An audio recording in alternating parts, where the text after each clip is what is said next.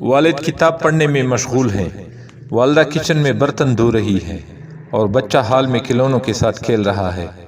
ٹیلی phone بجتا ہے، ماں کام چھوڑ کر ٹیلی فون کی طرف جانا چاہتی ہے، لیکن والد ان سے پہلے ہی اٹھ کر فون اٹھا لیتے ہیں۔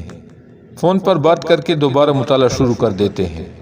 والد گھر میں نہیں، بچہ مسلسل ماں کا دامن کھینچ رہا ہے کہ میرے ساتھ کھیلیں، لیکن ماں کھانا بنانے میں مصروف ہے، اس لیے کہتی ہے تھوڑا صبر کرو بیٹا، چند منٹ بعد آؤں گی۔ اچانک فون بجتا ہے، ماں کام چھوڑ کر فون اٹھاتی ہے۔ بچہ چند دنوں سے اس بات کو نوٹ کر رہا ہے، فون کی آواز سن کر کام چھوڑ کر جواب دینا۔ آج بھی فون بجا، بچہ جو کاپی میں رنگ کر رہا تھا فوراً فون کا جواب دینے اٹھا۔ سب سے پہلے اس نے فون اٹھایا، لیکن ماں نے مسکرا کر اس کے ہاتھوں سے فون لے لیا۔ اب آگے دیکھیے، بچہ اپنی گاڑی سے کھیل رہا ہے، ماں کپڑے استری کر رہی ہے، والد صوفے پر لیٹے اخبار پڑھ رہے ہیں۔ مسجد سے اذان کی آواز آتی ہے، بچہ سر اٹھا کر ایک نظر باہر ڈالتا ہے اور آواز کو ڈھونڈتا ہے، پھر ایک نظر اپنے والدین پر، کوئی خاص حرکت نہیں دیکھی، دوبارہ کھیلنے میں مصروف ہو گیا۔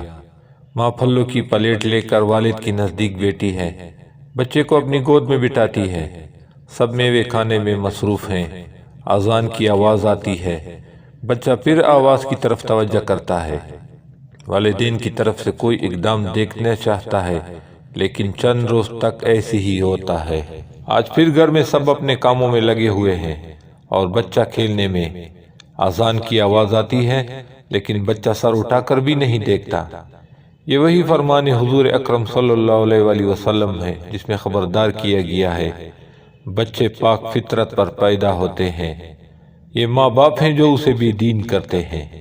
اگر والدین اذان کی آواز سن کر کام کاج چھوڑ کر نماز کی طرف جائیں تو بچے کے تحت شعور میں محفوظ ہو جائے گا کہ اذان کی آواز آئے تو کیا کرنا ہوتا ہے۔